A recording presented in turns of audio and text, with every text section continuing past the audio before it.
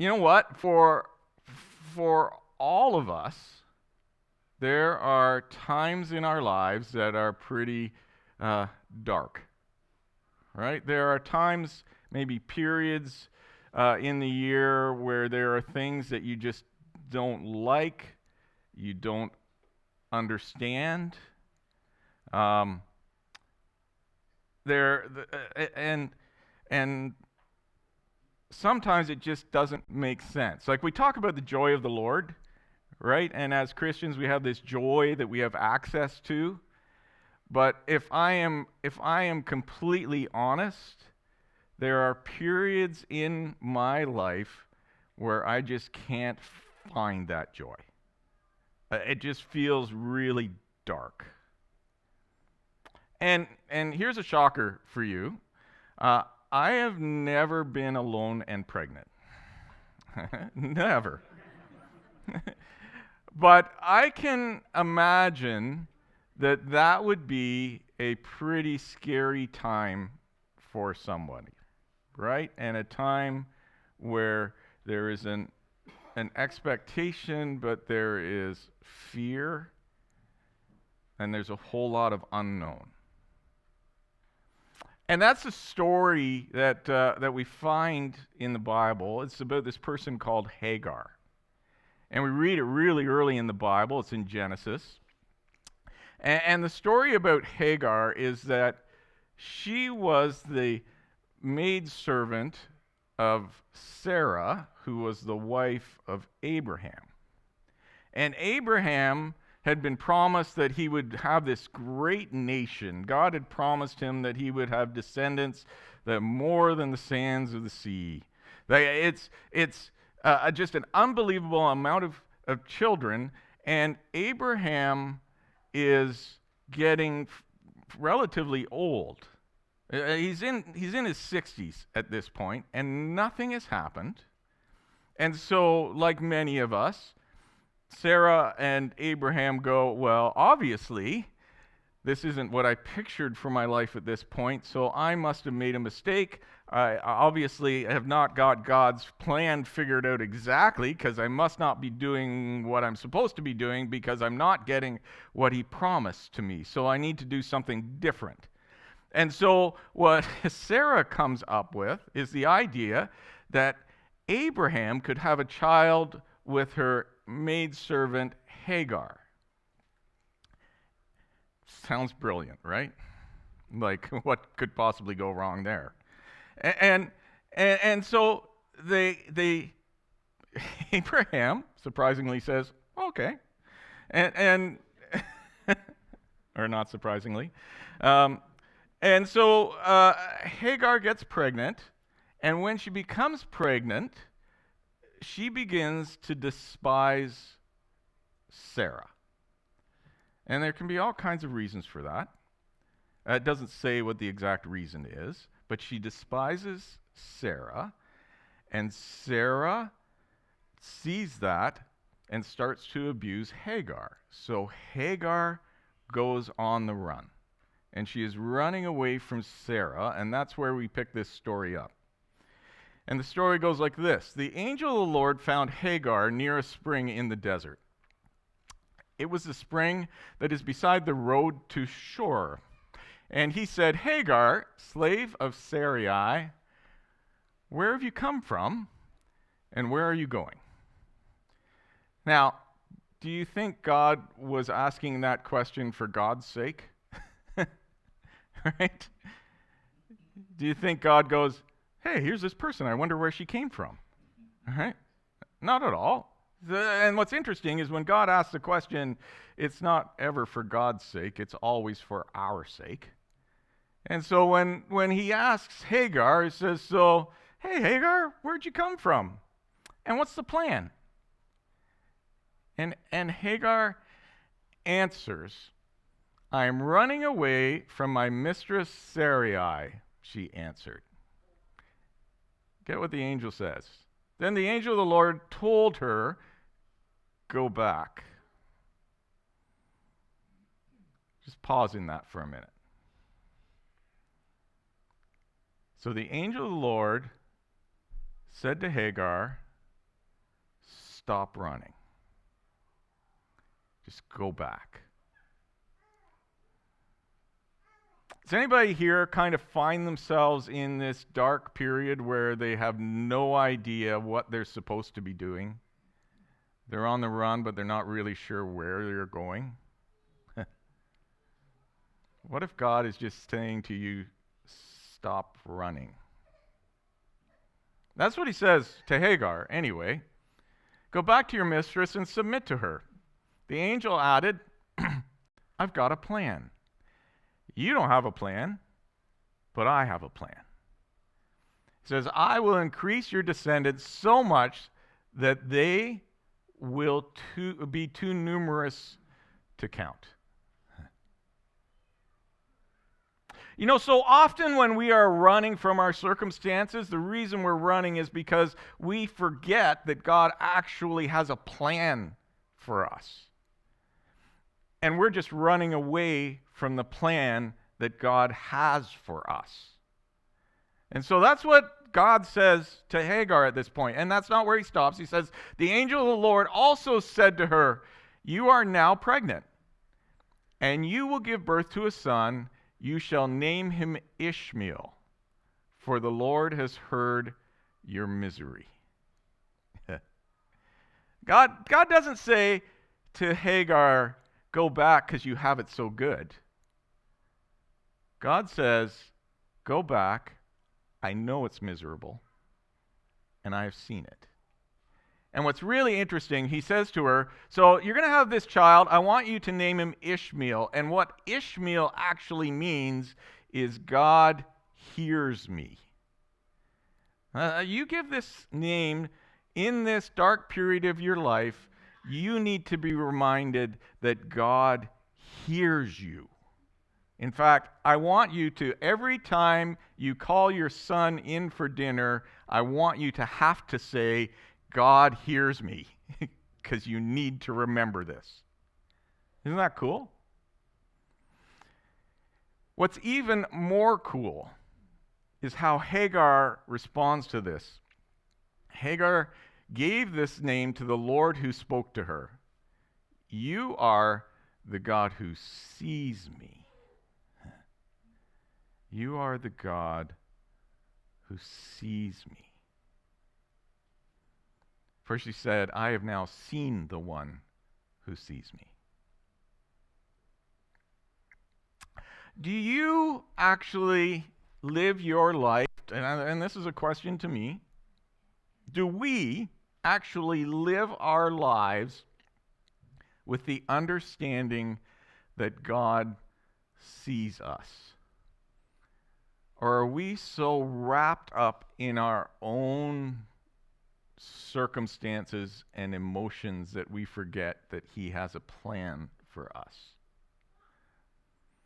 And when I say, hey, God sees you, it can bring about a few different emotions, right? God is the God. God is seeing me. God is seeing me. And knowing that God sees me can bring different reactions, right? And depending on our perspective of God, our idea is, God's watching. Don't do anything wrong, right? He's going to get you. Like some of our attitudes towards God are like, God sees you, and when I hear that, I think, oh man, I better not mess up. And there's some passages that if you read, depending on how you read, could support that perspective, right? Like maybe your view of this life is that you have this scorecard somehow that God is marking. It's like, okay, Kevin was nice and opened the door for a lady. Oh, Kevin cut somebody off in traffic. All right. Oh, gonna have to make up for that. I'll have to pray extra long, right? Or whatever it is. Like some of our perspective is that we need to do enough good stuff to rule out the bad stuff in our lives. And God is watching, and God is keeping score. But it's not actually what is described in Scripture, and that's not the God who sees me. Knowing God sees me can bring different reactions. For some of us, it's concern. I'm scared that God is watching me and keeping track of the good things and the bad things that I'm doing. Hebrews 4 says this: nothing in all creation is hidden from God's sight. Everything is uncovered and laid bare before the eyes of Him to whom we must give account. And here's another one. Whatever you do, work at it with all your heart, as working for the Lord, not for human masters. Since you know that you will receive an inheritance from the Lord as a reward, it is the Lord Christ you are serving. Depending on your perspective of God, again, you are going to read these passages in different ways.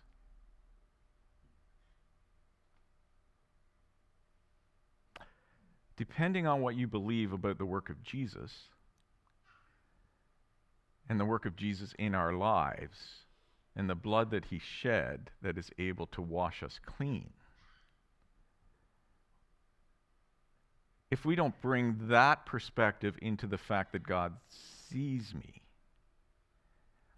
we are fully convinced that we need to somehow live up to a standard. But if I live understanding that Jesus' sacrifice has covered over my shame and over my sin, then the God who judges me doesn't bring that into account. It's an absolutely mind-changing understanding of God. And I read these passages differently. But we should be aware that God sees us. We should be aware that God knows us. And when He finds Hagar in the wilderness and says, "Hey, Hagar, where'd you come from?" that question is never for God. That question is always for the person He's asking. So let's ask it. As you are here today in this moment, where did you come from? And where are you going? Where did you come from? And where are you going?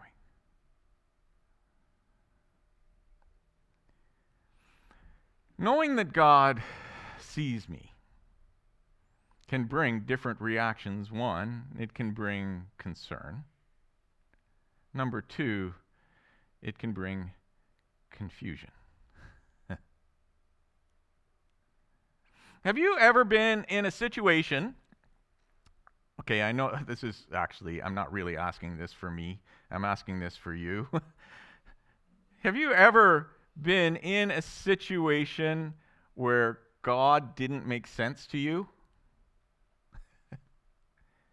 And if you are able to say never, then I cannot relate to you at all. Like, there are things in this world that don't make sense. And somehow, if I have to rationalize God to my own understanding, God makes very little sense. If God is able to heal all sickness, then why is there sickness? Right? If God is able to stamp out starvation, then why is there hunger? Knowing that God sees me, knowing that God sees those who are starving, knowing that God sees those who are hurting, and there is still hurt and hunger and sadness and sickness, can be a little bit confusing. To absolutely understand God, you need to understand that you can't understand. This is what Isaiah says about God's thoughts. For my thoughts are not your thoughts, neither are neither are your ways my ways, declares the Lord. As the heavens are higher than the earth, so are my ways higher than your ways. Sometimes I just don't understand God. And the greatest peace that I can bring to that is that I understand that I can't understand God. There's actually movements within faith that say, if it doesn't make sense to me, then it can't be true. Right? There's the idea that people will ask you this question: how can a loving God condemn people to hell? And it's so much easier to think that maybe I got it all mixed up. But the only real answer I have to that question, how can a loving God allow people to go to hell? All I can say is, well, I guess like Jesus. Because that's what Jesus says. And I don't need to understand it. I just need to believe it. We will never understand the thinking of God. God is not limited to our understanding. God's ways are higher. God's thinking is beyond ours. And if you need to understand God, you will struggle to ever be in relationship with God. God's ways are not our ways. We go back to the story of Hagar. And what we find is, so Hagar goes back, has this child, Ishmael. He is named by Abraham. Abraham and Ishmael actually get along. They realize at some point that Sarah becomes pregnant, and the actual promised child to Abraham comes along in the form of Isaac. And so Isaac comes along, and you kind of have this messy situation where you have Ishmael, who's like the oldest child, but the inheritance should come through Sarah, and that's Isaac, who is the younger child. And so when Isaac turns 1 year old, Abraham throws this big party for him, and Ishmael is there, and he mocks, or at least Sarah thinks that he's mocking Isaac's birthday. And so Sarah gets so upset about this whole circumstance that Ishmael would mock Isaac on his birthday. And so what happens then is that Sarah goes to Abraham and says, she's got to go. And the whole thing was like incredibly distressing to Abraham. And Abraham is confused, right? Abraham is confused about what he's supposed to do. And so Abraham goes to God and says, what do I do with this? And God came to Abraham and said, do not be distressed about the boy and your slave woman. Listen to whatever Sarah tells you, because it is through Isaac that your offspring will be reckoned. Okay, for anybody in the room here, does that seem fair? Right? It doesn't make sense. Right? So Sarah got Hagar into this situation where she had a child. This child is the older one of Abraham's. And now Sarah is just angry because this child mocked her child. And like, I got to be honest. I would say to Sarah, just grow up. Right? Like, this isn't Hagar's fault. Why does Hagar have to go? But God's ways are not my ways. And my understanding is not God's understanding. So God says to Abraham, yeah, you know what? I guess Hagar's got to go. And so he goes and but he says something at the end of this. He says, because it is through Isaac that your offspring will be reckoned, I will make the son of the slave into a nation also, because he is your offspring. You know what, Abraham? Hagar's got to go, but don't you think that I am leaving Hagar? And don't you think that I am leaving Ishmael? And this situation might not make sense to you, but here's the one thing that you need to remember is that I am the God who sees. And I am not going to stop seeing Ishmael and Hagar, even though you may not see them. So Abraham packs up Hagar and Ishmael. We don't know exactly how old Ishmael is at this point. We know that he's old enough to mock his younger brother at his birthday party. I don't know what age that is. My brother was 7 years older than me, and he certainly mocked me. So, I don't know. I don't know what age that is, but he's older. And so Abraham packs up Hagar and Ishmael, gives them water, and sends them on their way. But eventually the water runs out. It says, when the water in the skin was gone, she put the boy under one of the bushes. Then she went off and sat down away, about a bow shot away.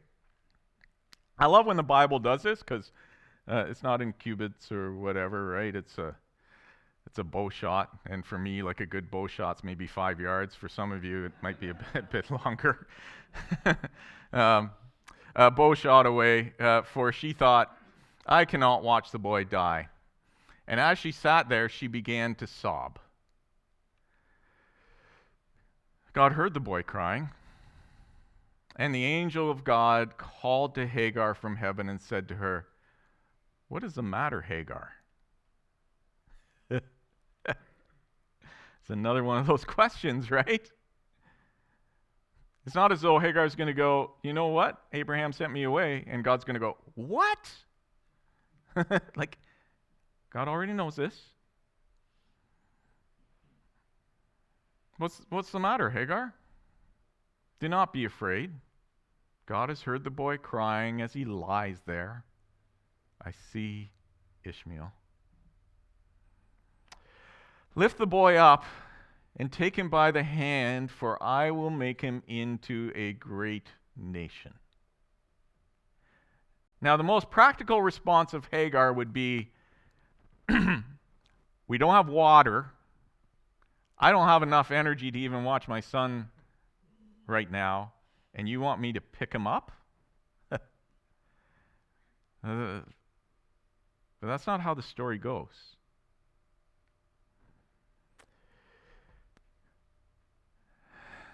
Lift the boy up, take him by the hand, for I will make him into a great nation. Then God opened her eyes, and she saw a well of water. So she went and filled the skin with water and gave the boy a drink. God was with the boy as he grew up.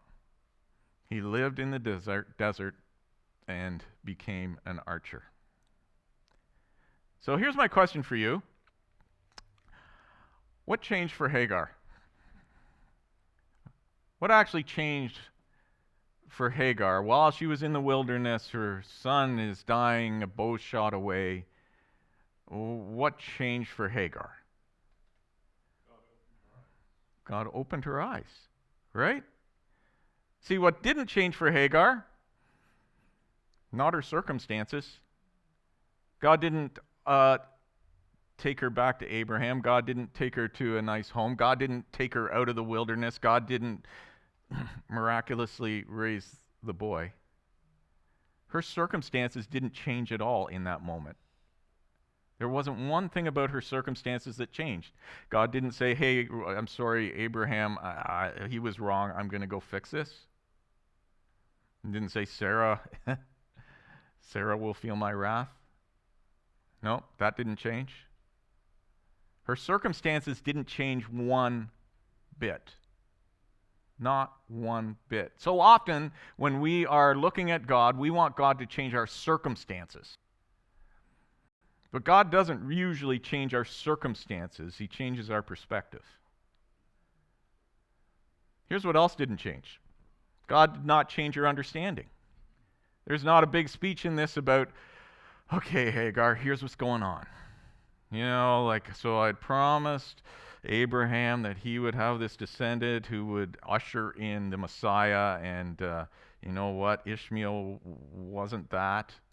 And there was none of this. God doesn't go into a great speech to help her understand her circumstances. But so often, that's all we're asking for, right? We just want God to answer the why question in our lives. But God very seldom answers the why we're in our circumstances. See, for Hagar, God didn't change her understanding. God didn't change her circumstances. All God did was open her eyes, and she saw a well of water. God didn't create the well of water in her circumstances. The well of water was always there. And so often we get so wrapped up in the things that we don't like about our lives that we fixate on them, and we refuse to open our eyes and see what God is providing for us right in front of us. God just opened her eyes and pointed out that He had a plan and that He was providing for her in her thirst. And He didn't put the well there right in front of her. The well was always there. He just helped her see it. When we're in those dark circumstances, those questioning circumstances, are we willing to say to God, okay, I don't need you to change this, and I don't need to understand this. I just need to see the well that you've already placed here. That's the storyline of walking with a God who sees you. God already knows that you will be thirsty, and God has provided a well. Will you let Him show it to you? Knowing that God sees me can bring different reactions. It can bring concern, it can bring confusion. Why does it bring confusion? Why do we get confused? The simplest answer to this is that we lack depth in relationship. All right? Jen and I have been married for a very long time. And I have grown to trust Jen. I don't always understand Jen. Right? But I am in love with Jen, and I have this huge trust in Jen. And if for some reason there's an hour goes by that I can't get in touch with Jen, I don't instantly think she's having an affair. Right? Listen to her laugh. Right? I don't instantly think that she's gone off and forgotten about me. But sometimes that's how I approach God. Right? For some reason, when I don't feel like I can get in contact with God, instantly I go, well, He's forgotten about me. If He hadn't forgotten about me, I wouldn't be here. I wouldn't be feeling what I'm feeling. So where's God? The reason why I am confused is because I don't have a deep enough relationship with God. One of those relationships where I can trust Him, where I don't need Him to change my circumstances, where I don't need to understand, I just need to see the well. Sometimes we're concerned, sometimes we're confused, but in deep relationship with God, we have comfort knowing that He is there and that He is watching and that He has a plan. Last week, Jen was talking to us. I loved her talk. On top of loving her, I love her talk. And to test your view of God, she gave us this little test. She said, faith says, I messed up, I need to call my dad. Religion says, I messed up, Dad is going to kill me. What is your relationship with God? Right? When you test your faith, are you afraid that if you mess up, God is going to kill you? Or if you mess up, is He the one that you need to come and help you see the well? What is your relationship with God? Now, I'm not going to say that I don't get confused about, and maybe confused is the wrong word. I just don't understand. But I'm not confused about the fact that there is a God who loves me, who has a plan for me, who has provided in my circumstances some sort of well. I just need to look for it and be open to seeing it.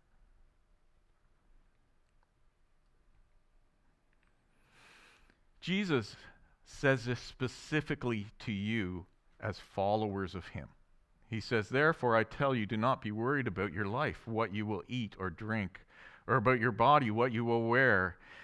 Is not life more than food, and the body more than clothes?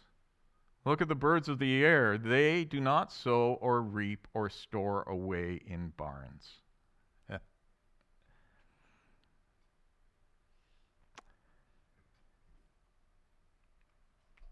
And yet, your heavenly Father feeds them. Are you not much more valuable than they? Can any one of you, by worrying, add a single hour to your life? I was hanging out with a friend a few weeks ago. And what's interesting in our conversations as we go on, he'd talk about something that happened in his life, and then he would talk about, I should have done that differently. And almost fixate on it.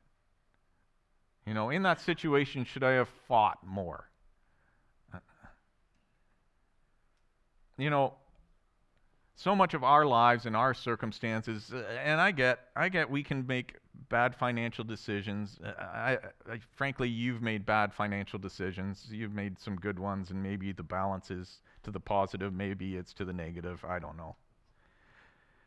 But the problem is that sometimes we fixate thinking that we are actually responsible for the circumstances we find ourselves in. Right? We actually think that we are the smart people who got us here. When in fact, God is the one who had a plan, and God is the one who got you where you are. And deep faith recognizes that God is the one who got us here. And when Jesus says to his followers, look at the birds of the air. They did not invest in RSPs, and they are still fed. And they didn't store up for themselves, and they're still clothed. When you think that you are responsible for all the good things in your life, then you don't need God. But if you need God, then you recognize that God is not hampered by your bad decisions.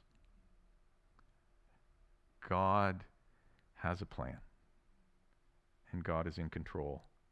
And if you ever wonder about that, look at the birds of the air who continue to eat even though they didn't plant or store up. David writes this. David has his fair share of dark times as well. He says, I lift up my eyes to the mountains. Where does my help come from? My help comes from the Lord, the maker of heaven and earth. Has the cattle on 1,000 hills.